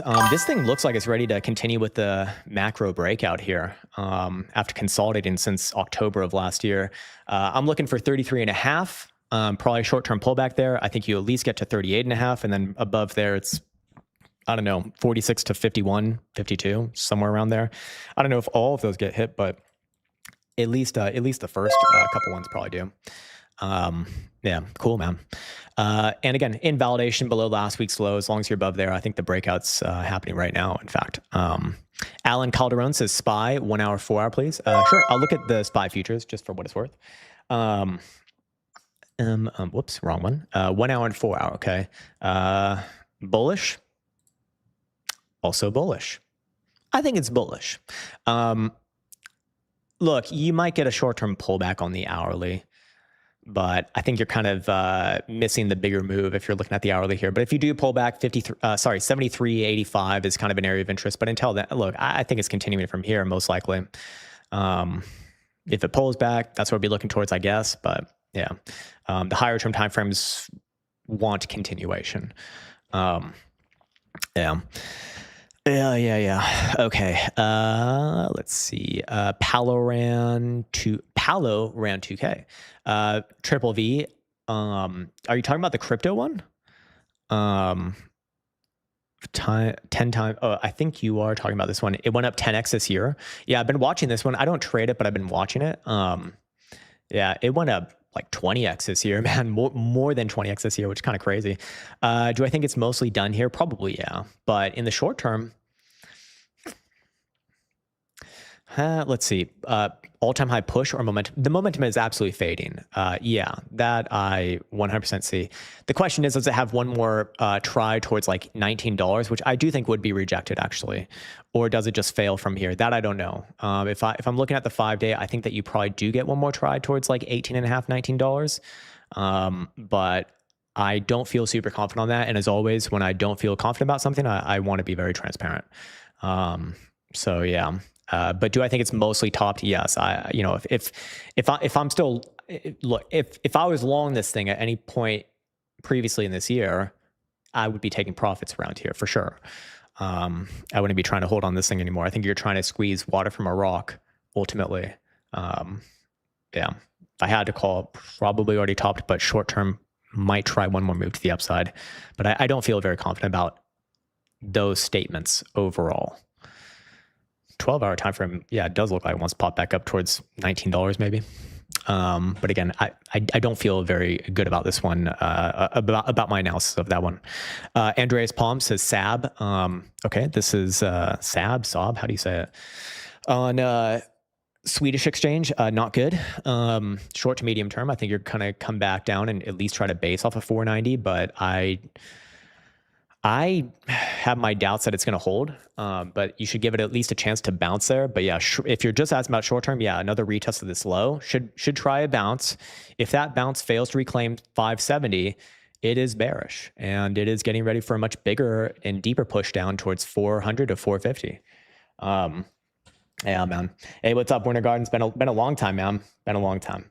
Anyways, let's see. We got Steven Schickman. He's back. He's looking at Oil D. What is this? Oil my D. Oiled. Oh, it's 3x. Dude, you are going to miss out on so many gains by fucking playing these things. I'm telling you right now. It's an inverse. The problem with doing this on a 3x leverage inverse is that you're going to be right on direction. You're going to not make as much gains because of volatility decay, because volatility is already like relatively high. But yeah, do I think it's going to go up more from here to like 53, 55? Yeah, I do think so. I think you got some upside here, but I would imagine better pound for pound gains, just like shorting oil, if you want to do that. Yeah, but look, I think you're on the right side of this thing. So fair enough. It should make some money on this. Assuming you're long, but again, just easier to short it, man. Should get up to like 53, 55 maybe. If things get really crazy, maybe got a shot at 60, but I think that's, as of current, I just want to see that first target hit and then come back to it after that. Let's see. Arms Private Back says, what is your maximum price for gold in the next 2-3 months? Do you think it could be a good area to short it now? I think it's still rallying, and I wouldn't. It might have. We were looking on this bounce for somewhere between 43.50 to 44.50, and it did get up to 43.69. I don't like shorting it here personally. Not because I don't think that it's bearish. I do think it's bearish. It's just, I think you very well could have another push higher, closer to 44.50 or even 4,500. It doesn't change your overall trend. So I think for me, it's not a good setup because I don't like the risk on that. For you, if you're okay with the risk, I mean, your risk for this is going to be back up to fucking 4,600. So I think that's kind of a lot personally, but maybe, you have a different opinion, which is fine. But don't be surprised to see this thing spike up towards 44.50 to 4,500, man, before it puts in the next local high. Yeah, again, long term, I think that this is going to be a high here. But when I look at the 6-month time frame, I think that you are going to get that rally towards 44.50 to 4,500. It's going to be like a July thing, most likely, if I had to guess. Cool. All right. Let's see. Freddie M says cube T. Okay, quantum computing. Let's go to a weekly on this thing. Is it bullish targets? I'm never going to like a chart that looks like this long term, but in the short term, it probably is good enough to get back up towards 13, 14 bucks. That's what I'd be looking for. I wouldn't extend anything more than that as of current. I want to reassess when it gets to those targets. If it can start to like close above $14 on a weekly, I'd extend that target significantly to $16 to $18. But for right now, there's some good things happening here for sure. You do have a monthly higher low, but I'm always going to be very, critical of charts that look like this long term. I don't want to be the first person to call a reversal. But to be fair, there are some good signs here. There's hidden bullish divergence on that low. It's reclaimed the 200 simple, it looks like, on the monthly. So wouldn't be that surprised to see it at like $16 in summer. But again, not the most obvious one to me. Freddie M's back is looking at ARCAT, weekly higher low in. Am I bullish? I don't own it anymore, actually. I sold this one a while ago. I don't know. I don't know on this one. Yeah, I really don't know here. I sold this one like a month ago when it was $13-14, and I haven't really looked at it since. I don't know. I don't know. If it finished, I would say this. I could, I guess I wouldn't be bearish immediately if it finishes this month above $12.50. If it does that, I think it has potential. If it finishes below, I'd feel a lot more. I would not want to own it because you just have all of these drives of bearish divergence forming here on the monthly, and I would probably be looking for the plunge below $10. But it's not an obvious chart to me here. So when it's not an obvious chart, I try to avoid these things. 6 month, again, you can certainly make a bullish argument here. So it's really going to depend upon how June closes. Could you treat last week's low as a low? Yeah. Like if you just want to set up, you got a gap fill right there. You've already rallied off of it. So you could use last week's low at 1080 as an invalidation point.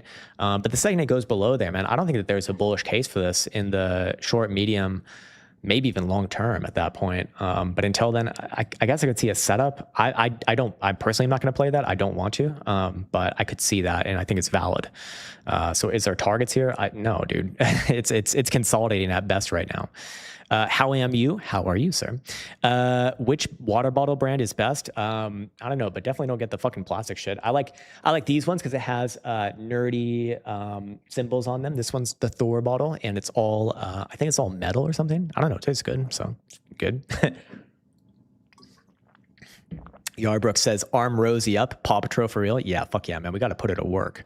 Glass bottles with plastic caps are best in terms of microplastics. Actually, here's my autism coming out. That is actually not true, and it was very surprising to me to find this out. Glass bottles with plastic caps seem to have even more microplastics because the fucking shit that they use on the plastic cap melts easier or whatever in glass bottles, and it just I don't know, for whatever reason they actually have a higher count. Plastic bottles obviously bad. If possible, just get a fucking reusable cup like this, man. Save the environment, and yeah, and then you can be all metal, and that's good. Anyways, Biff the Bear says long hood at $80. Been taking profit on long. Look at the daily and weekly. Okay, hood.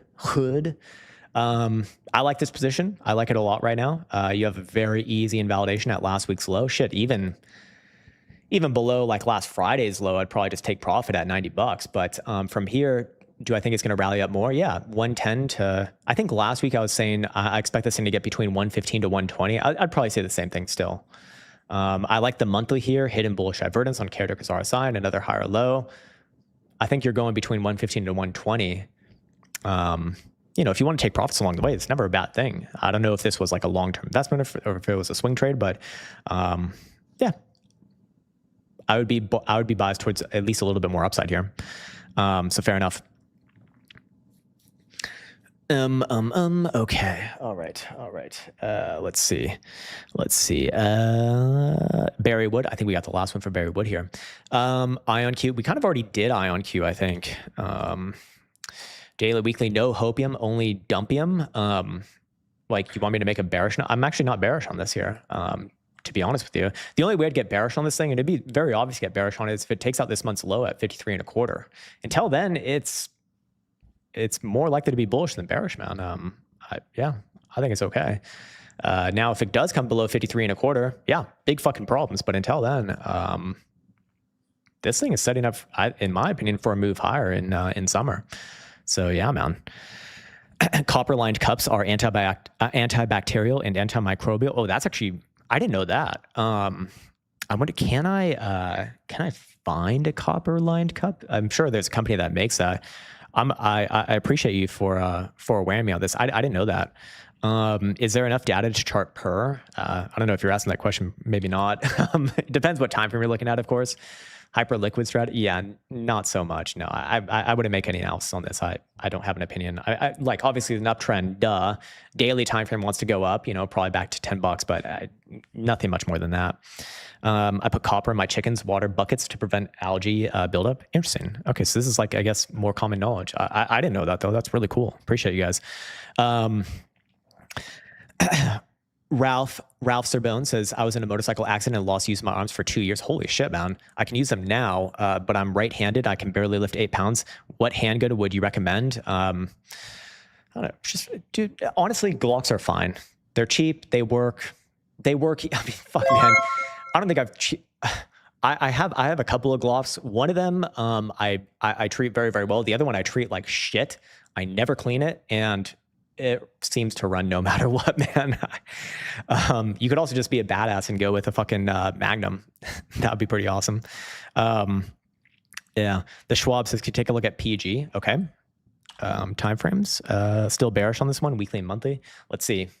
Daily, no. Weekly, it's not an obvious one to me. I think that you do have some upside here on the daily, but if I'm looking at the monthly, if I'm looking at the quarterly, I'd probably still remain bearish on this one, but I'd probably still remain bearish on this one. But, if you're just looking at the daily for a swing, probably a little bit more upside to like 150, 155. There's a very obvious way to get very bullish on this thing, and it just needs to pop back above 165. Probably not that helpful in terms of analysis, but that would be immediately extremely bullish. Until then, I think you got to follow the trend, and the trend is still down. So yeah, copper coil in refrigerator drawer extends life of produce. Huh? I didn't know that. We actually already did triple V. I think triple V has short-term upside, but long-term it's probably topped.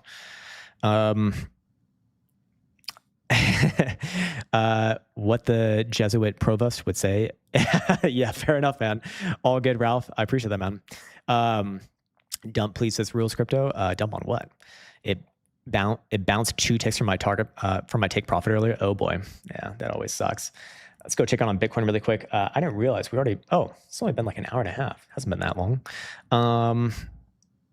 Let's see what the old corns is looking like.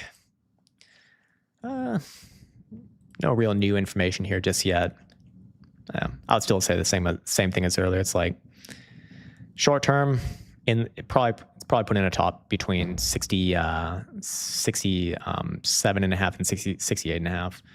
Nothing really changed there. But has it already done it, or does it maybe spike up one more? I think it's still possible to spike up one more here. Krown, it was ticker SPY. It's the same thing, man. It's the same thing.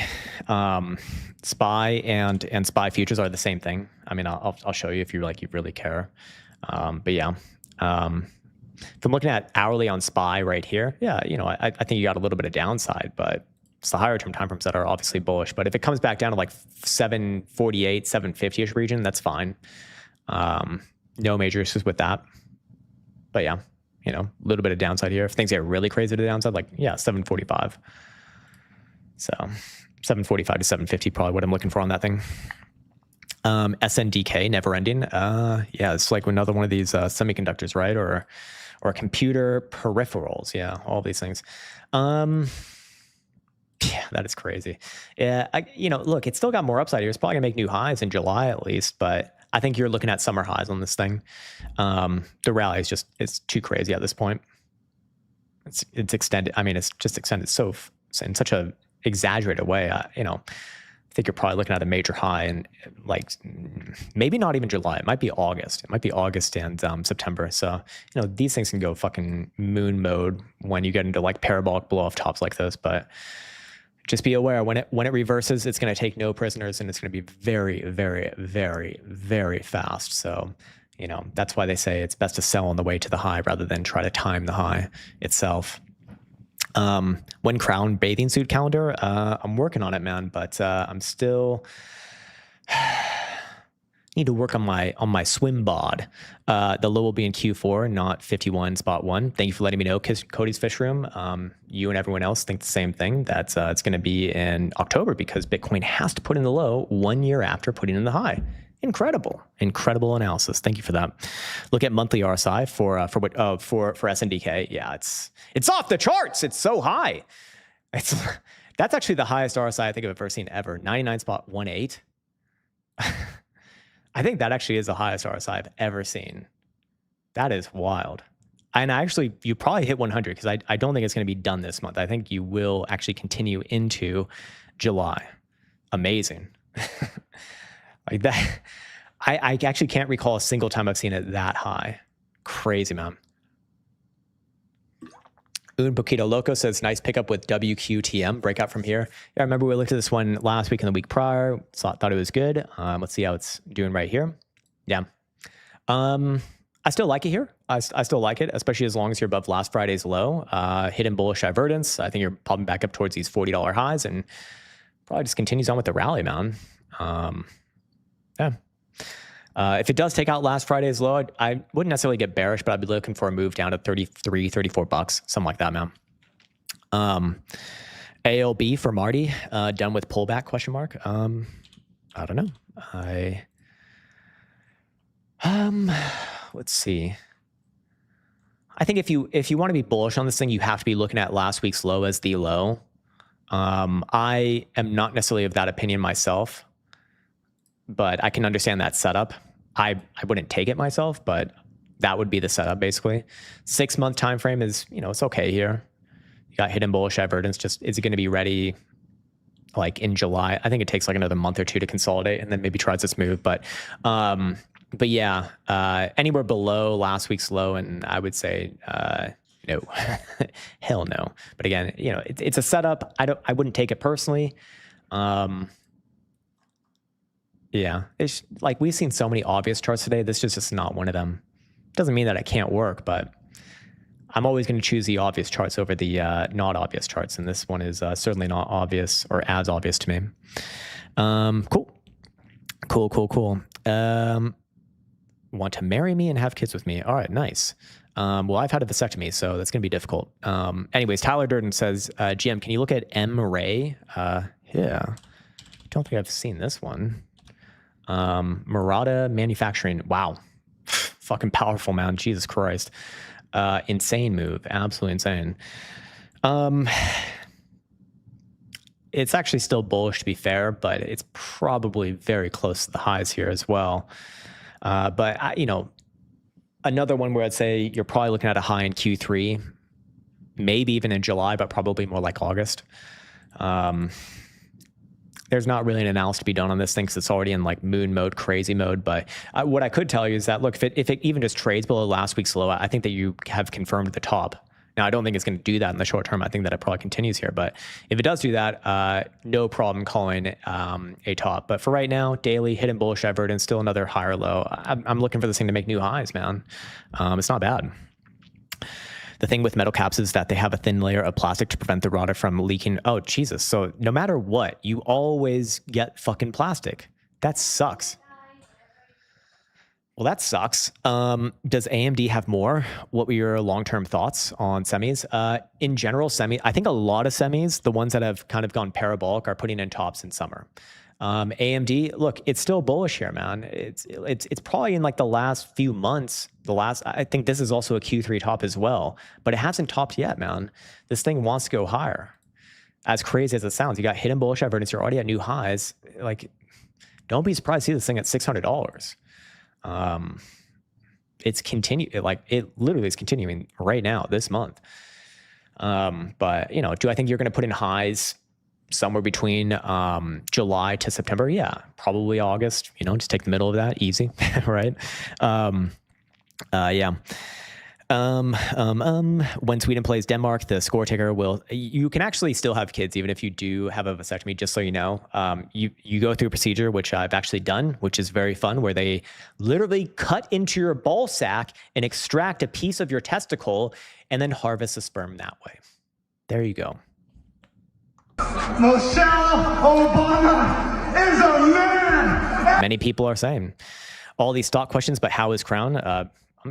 I mean, just another day, man. I'm actually taking a little break off of the old nightly marijuana, so my sleep is kind of fucked recently, but it's okay. Don't need to be super don't need to be super well rested in a market like this when it's just straight fucking up, right? Dan Robertson says, "Hey, Krown, do you still trade the uptrend long and downtrend short trading strategies from your trading Bible? If I'm going to do a swing trading, swing trading, you go on to say they are good in my opinion. Yeah, those are consistently just generally good things to watch. So yeah, absolutely, I do follow it, but I'm not doing as much short-term trading anymore. And when I do short-term trading, I do it with options. It's just, look, for me, options, like, that's what I started with. I feel the most confident with them. And I feel with Bitcoin, and maybe I'll regret saying this one day, but with Bitcoin, I feel like if you know what you're doing with options, there is a lot of money to be made, and it is, I don't want to say easier, but it's easier in comparison to trading, straight up, futures or spot, for example. At least for me. But I do think that there's a lot more opportunity there. People just have not figured out how to price these options yet. Like the market makers in Bitcoin options, I don't know how the fuck they're doing it. The models, like, I don't think the traditional models work for Bitcoin. Yeah, it's all Rosie's fault. Can anyone take that dog, please? Should we get Rosie over here? Don't try to sleep. Well, I still do like sleeping, man. But yeah, man, it's crazy. Like, when you detox off of it, you wake up like every 2 to 3 hours that night, and you have these super, super vivid dreams. Like, I've had dreams like I haven't had in a long time, and it's kind of nice, actually. But yeah, man, it is what it is. Calamity says, "Can you look at Volt weekly?" Okay, Volt. I don't think I've ever seen this one. Good chart, though. Really good chart, in fact. Again, just another higher low. Super easy to manage positions like this. Last Friday's low is an absolutely obvious invalidation point. I'd be looking for this going to retest highs. I think it's going to make new highs, man. You're probably looking at, again, just looking at the rate of change here, you're probably looking, probably close to $50, more or less. Got myself an Aura 5 ring. Shit. So okay, so you like that one. Interesting, man. I use the Whoop, this thing.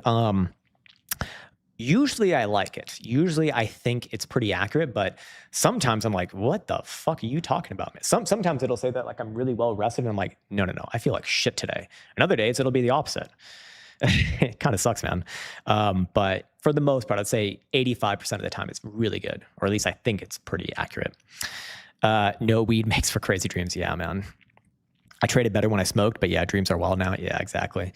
Actually, I don't personally like smoking. The edibles are what I traditionally like, because I feel like they're more psychedelic. So you kind of can, it's like an end of day reflection, you get to look upon the events of the day and reflect upon them and kind of journal. I really like journaling in that mode. Really fun. Well, I don't know if it's fun, but I find it very valuable. Anyways, ICP, can it go to $3? Are you talking about this like crypto shitcoin? You're talking about this thing. Okay, probably not this thing. It's probably the crypto shitcoin. So let's see. Dare I look at this ungodly fucking crypto token? A token, yes, a token. Can it go to $3? Anything can go to any price, but is it likely? Look. Don't waste my motherfucking time! Oh my fucking God, these charts are so fucking bad, dude. Like, why? Why do you do this to yourself? Why do you do it to yourself? You can choose a chart that is straight fucking up, or you can choose a chart that's straight fucking down for years and years and years, even during bull markets. Avoid charts like this like the plague. It's fucking garbage. Absolute fucking garbage. Absolute fucking garbage. What is this? How's that ass feel? Forgot about that one. Been off the weed for a few years now. Use it nightly to get to sleep. Getting the best sleep in my life now. Really interesting. Yeah. How long did it take you to go back to normal? Is what I'd ask. Off the daily weed as well. Crazy dreams. The frequent waking up stops after a month. Yeah, that would be nice. Yeah, I mean, I always wake up at least once per night anyways, just to go take a piss. Weed stops REM. REM is needed to process life, trauma, grief. Interesting. Yeah. You know, I've had weird theories about this because I don't know if we should even get into this in this video, but I think what's happening there is that yeah, when you smoke weed, you don't typically get the REM sleep. I feel like when you do eat it edible, it gets processed differently. It's more psychedelic, and I think that you still get it. But either which way, I think the reason why you get less REM sleep is because during the time when you're actually high, you are kind of in that mode where you're more lucid. Maybe I'm completely off here, and probably am. But yeah, man, still carnivore-ish, Krown. I guess. I mean, like, look, I eat a shit ton of raw honey. But yeah, other than that, man, it's pretty much all meat. I eat eggs, I eat steak, and I eat chicken sometimes, and guacamole, and that's pretty much it. Yeah, and then a shit ton of what's it called, of raw honey. When was the last time you were stoned? Dude, I mean, I do it nightly, so until about 2 nights ago, that would be it. Can you please do ENTG? Sure. ENTG. I really like it here. I own this one as well. I've been talking about it for, I think, like a month now, maybe. I'm still bullish on it, man. I think this is the, if not now, then never time, basically. Shit. As long as it's above 145, I am bullish AF, and this is the breakout, and it's happening at the right time at the end of the quarter and end of this semi-annual close. And this is a 5-year-long consolidation, man. I really like charts like this. Again, I'm talking about like this is what I'm talking about. Obvious as fuck chart. Obvious as fuck. Emilinoten says, how come you don't like football, homo man? You are so gay. Let's go Argentina. Cool, man. Really happy for you. When those Argentinians win, you also win, bro. That's right. You fucking win too. So you better get out there and party like it's the best day of your life.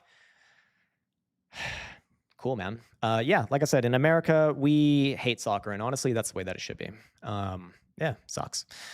Look, if you like soccer, fucking great. If you don't like soccer, I don't give a fuck. And also, if you like soccer, I also don't give a fuck. Look, I don't care about soccer. I never got into it. I don't care. I don't want to watch it. I don't want to watch other people playing a sport when I could be doing something else with my life. How much REM sleep did you get last night, Elsa? 5 hours. Yeah, Elsa gets fucking 5 hours of REM sleep a night. Every fucking night. Every fucking night. I've seen some days where she's had like close to 6 hours of restorative sleep. It's unbelievable. It's probably why she looks so goddamn young, man. Withdrawal takes about 2 weeks. After that, you won't want it anymore. Well, yeah, but I still like it. I heard that's the best way to display it. Yeah, exactly right. Exactly right, man. Yeah, we're all a little bit gay here. 3 days, 3 weeks, 3 months. Devil works 3s and 7s. I'm not religious, but good and evil exists. I actually do believe good and evil does exist. I used to be more nihilist and think that's, good and evil does not exist. But yeah, after you've watched videos of some just fucking terrible things that people have done to other people, evil absolutely exists. It absolutely does, man. There's no other way to explain it. And then also, like, if good and bad, okay, to prove that good and bad exists, I mean, you need to look no further than your own pain. Like, if something feels good, like if you have a goal and you're working towards that and that feels good, well, therefore it is good. Like your body's telling you, it's giving you motivations to work more and more towards that. Whereas when you feel bad, typically you're working against your goals. Thus you feel bad. Your body is like a self-correcting mechanism. Like our bodies were not fucking created by retards, man. They're incredibly, incredibly intelligent. Whether you believe in, or what, I mean, look, because some people will say like, sorry, that does not matter. I'm way off tangent there, but look, the point that I'm trying to make is the point that I'm trying to make is good and evil. I do believe it does exist. Your body is trying to reinforce things that you do that are good, that gets you close towards your goals, and also disincentivize things that are not good. I think that that's very clear. Then there's like sociopaths. Yeah, dude, it definitely exists as well. You know, there are some people, but that's not the norm, man. That's not the norm. That's not the norm. If you're a psychopath, sociopath, of course, yes, it's going to be different, but that's, you know, what? That's probably less than 5% of the population is very, very small. And to be fair, man, like back in, before like the past 200 years, those people would be executed, you know, when they commit crimes. So you would be losing about 1% of the population who was psychopath or sociopath until kind of recently. It's actually, I was kind of looking at that recently, and I'm like, maybe we should bring some of that shit back, because do you want to weed out those traits? It might be a good thing. I mean, shit, like, you know, tell that to someone whose like daughter gets fucking raped by a psychopath. Like, do you think they're going to think it's a good thing? Like, duh, like fucking duh, right? I mean, shit, put yourself in that position too, you know? But then again, some of us are so privileged to not have to deal with such things. Thus, they don't believe that these things are true. And well, they are just naive in my opinion. We typically have REM every 1.5 hours, bro. And THC is a REM suppressor. So it takes longer to get REM when we get stoned. So when we stop, we call it a REM rebound, and hence the REM. Yeah, I get it, man. Yeah. I'm going through that right now, man. It's crazy. I guess Elsa doesn't get it because she's getting like crazy amounts of REM sleep at night. I think the normal amount is like what, 3 or 4 hours? Or maybe it's like 2.5 hours. She gets 5 hours of REM sleep, not even like SWS deep sleep, like slow wave sleep. She gets like 5 of REM and then probably like another 2 of slow wave. It's insane. Just like aging backwards, man. It's fucking insane. Should I mow my lawn and trims? I mean, you should, but like, you're probably not going to be interested in mowing the lawn at that point. Probably going to get stuck like looking at a tree for an hour. I can speak from experience here. Anyways, can you please do delivery stock trades on NS? Can you just give me the fucking ticker, man? I'm not spelling that shit out. It's too long. My sheeper chat is getting drowned out. The elites don't want me to expose their Ponzi. Oh, sorry, man. Sorry. My apologies, man. Sand SK Ponzi. Okay. Sorry, man. I totally fucked that up. Are you talking about this? We've looked at this like a few times already on this channel, but look, I think it's still bullish here. I think that you still got new highs, but in terms of when the next major high gets put in around, I think you're looking at maybe July, probably August, almost undoubtedly by September. But I do think it has new highs here. Like, this is not a stock that is topped out yet. And it is objectively bullish even on the weekly, as long as you're above like 1750. So God, man, such a crazy chart. I was out in Mandamistan when the Knicks won Saturday night. Quite the experience. It's crazy how much people can get away with destroying everything over sport. Yeah, it's so pathetic, man. It's so pathetic. Not only did they win, but they destroyed their fucking, like, you got to think, here's the issue with a lot of people is they can't, first off, they never encounter people like this. I've encountered people like that. So I know it's like, you don't want to ever be around someone like that. They're fucking insane. And in many cases, I'm going to say something terrible, but they're not even like fucking, what's it called? You can't even, the word, it's like bring these people back. You can't reconstitute these people. I'm looking for like a proper word, but it's not coming to mind right now. Anyways, yeah, man, like as soon as someone comes into contact with those people, you immediately let go of beliefs that allows that kind of shit to happen without consequences. Fuck those people. Seriously, fuck those people. Zero fucking justification for ever doing that. It's just pathetic. We would all be better off without any of that shit going on, by far. I'm not saying you have to kill them, but put them in fucking jail. Consequences, man. Crazy. Don't go slating big Mike Obama on here. He's got quite a right hook. That's true. I'm half retarded, says Gino. When All right, JITO. Oh, it's a fucking crypto. God, dear Lord. Okay. I really despise looking at crypto shitcoins, to be honest with you. Just terrible. Look, does it have some upside here? It actually might have a little bit more. It probably does have a little bit more, actually. Multiple drives of hidden bullish evidence on the daily. But, you know, does it get up to like $1? If it gets up to $1, I think that's a gift from God, man. Yeah, somewhere between 95 cents to $1. Actually, I do think it does go a little bit higher here. Yeah. Red pill closets went all-time. I don't know about all-time highs, man, but I do think it has a little more upside there, to be fair. Red pill closet says, good morning, Krown. Good morning, sir. NBIS weekly, monthly. No problem. I remember we looked at this one. We look at this one consistently, but it's another one of these ones where it's been going crazy. It's packaged software. These things are all the same. All this. Oh God, my throat's hurting. But look, I think you're putting in highs. This is another one that's probably putting in highs in Q3, probably August, maybe latest September. Right now, does it have another high here? Yeah, it does, man. It probably does. 3 drives of hidden bullish divergence. You're already at the previous highs. It's very likely to make new highs. If I had to guess where those new highs are going to come, it's going to be above $300. But in terms of timing, between July to September, almost undoubtedly going to put in a major, probably macro high there.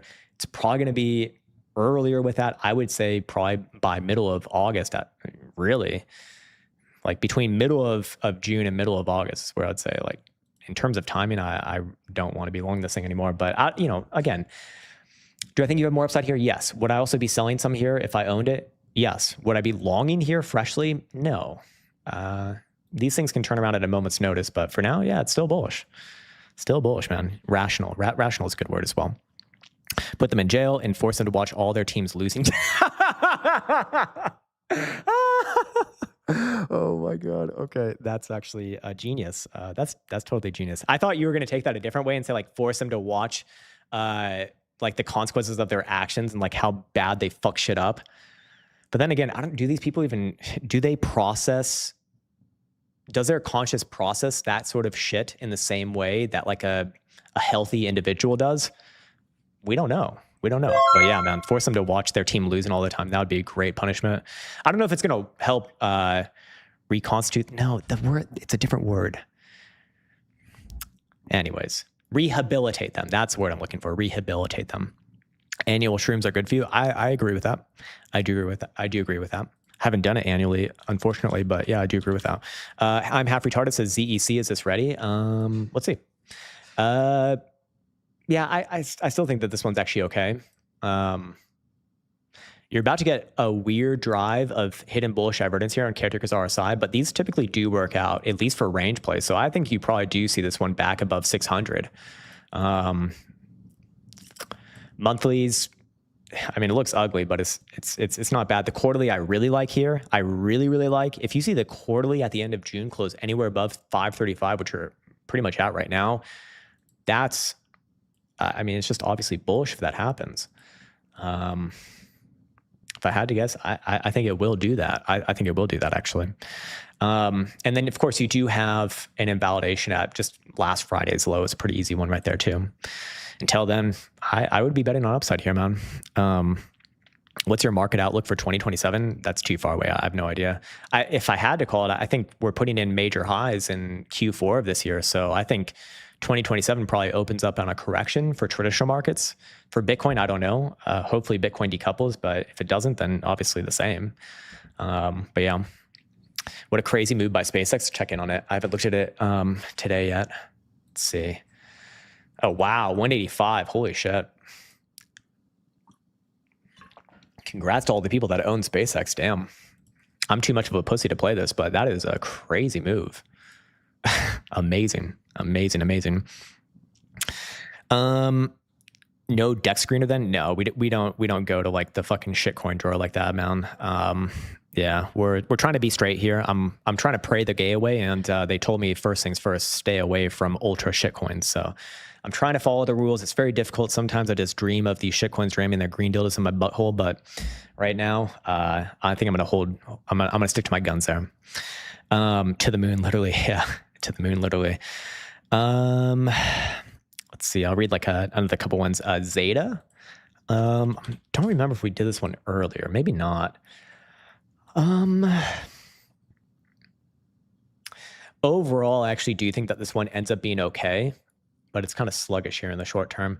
I would treat it as bullish as long as the monthly is closing above $20, or basically here or higher, more or less. Not my favorite one, but it probably does try an upside move in July, August, back to like $25, $30. So yeah, not bad. All right, big wick. Big wick. I know someone else with a big wick. Michelle Obama is a man. T-C-E-H-Y. By the way, for anyone who doesn't understand, I don't actually think Michelle Obama is a man, but I think it's hilarious and it's funny. And look, I'd also think it's funny again if you called Elsa a man, or if you called like Trump's wife a man or whatever. I seriously think it's just funny. It's just fucking funny, okay? It's fucking funny, okay? Well, I can shoot them, but I still think it's funny. This thing, I don't like it necessarily long term, but I do think you probably have a nice bounce here. I do think you're in for a bounce here, probably back up to like 63, 66 buck region. Only really bearish in the medium or term if it comes back down below 52, but for now I'd be betting on a bounce here and some upside. We do some trolling around here. Chicks with wicks. We love it, man. We love it. UFC at the White House, it's a sign of the time. It's hilarious time. Yeah, man. Dude, like, I don't understand why people just can't fucking enjoy it for what it is. It's just, like, if Biden put that on, I would still enjoy it, you know? Like, everything's got to be so fucking politicized. It's like, just fucking enjoy the show. Goddamn. Goddamn. Just enjoy the fucking show. Howdy, y'all. Yeah, man, I think we'll probably end things right there. Sorry, Better Believe it says try living in Boston where when their teams won championships like the Red Sox, SMFH. I actually don't know what that acronym means. I watch people flip over cars just for the Bruins winning a playoff. Jesus Christ, man. Yeah. Like, what is that all about? What is that all about? I saw it in France too. Like France, their team won or whatever. And then people are just fucking rioting and breaking in and shit. I don't get it, man. I don't fucking get, like, I'm trying to put myself in the mindset of someone who would do that. And for that, I actually can't do it. I can't figure it out. I can't figure it out. All right. Sir, I've asked you a million fucking times, what is a goddamn ticker for your delivery stock? What is the fucking ticker? For God's sakes. For fuck's sake, man. Ticker. Sports ball does that. Yeah, man. People just need like a greater goal in life. They just need a greater goal in life. I think that's what it is. Like, just, dude, if you're getting emotionally stimulated by your team, which is comprised of, first off, not you, you know, it's a bunch of people that you don't fucking know who aren't from your city, and who even gives a shit if you were born in the same city anyways. I don't know, man. Like, have bigger dreams.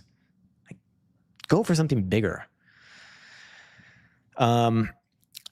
It's delivered. Oh God. Okay. All right. I will do this last one, but never again. This is the last time ever for this one. First and last time. Better be good. And it's not bad, actually. I do think you come back up towards these $500 highs and probably do complete the reversal here. I like the higher lows. It's only bearish if it comes back down below even this week's low, or even last week's low, honestly. This thing is probably good from here. Yeah. If not now, then when, man? I think that this thing's probably ready. Krown, the thing is, the French team won and they rioted. Like, what the fuck? I know. I know, man. But it's my team. Therefore, it's me. I won. I fucking won. I was in the stands and I was cheering really hard, okay? I was really saying, go team. And they won. So I win. So fuck you. And I'm going to fucking firebomb your car, I guess. I don't know. I don't know. Something like that, man. All right, guys. I think that's where we're going to end things for today. It's been absolutely a pleasure speaking with you on this nice little Monday morning. As always, we've had some nice fun times here. We've seen traditional markets go to the moon and beyond. We've seen Bitcoin have some, pretty sizable moves here too. Obviously not as interesting as traditional markets, but hey, got to take what you're given in this market, right? Anyways, I'll be signing off on that note. We'll be back on tomorrow with another regular video analysis. And of course, live streams as always, Mondays, Wednesdays, and Fridays. If you find this content valuable, or if you just want to get more of it, I don't know, consider subscribing. It's free to do, and to get these videos in your inbox at the appropriate times. Other than that, take care, much love, and see